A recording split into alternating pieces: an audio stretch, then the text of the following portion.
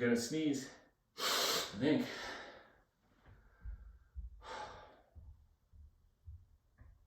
Okay, I didn't.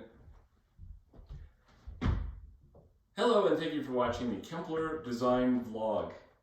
Today we're going to look at a technical aspect of the Hunter Douglas vignette rolling style with this has a 4-inch full fold, but that part probably isn't that relevant. What we're talking about is when you have a large opening like this, it was not possible to do a single shade in this style with the cordless operation and the rolling style. So the client chose, instead of switching to a different method of doing it, which we could have, they wanted to have 3 separate shades right next to one another, as you can see.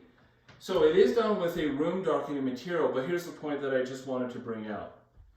You see this gap?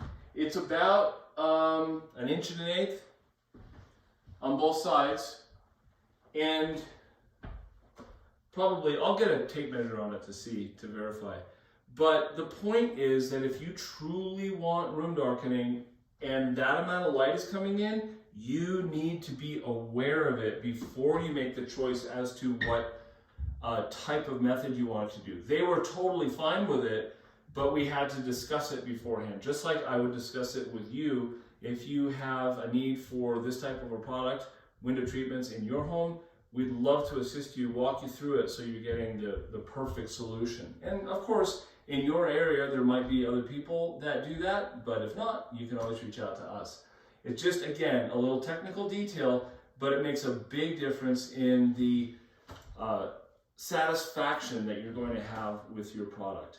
Again, we're talking about the gap between the shades if you are doing shades right next to one another that are done in the vignette rolling style shade. Thanks for watching the Kempler design vlog. And I didn't sneeze.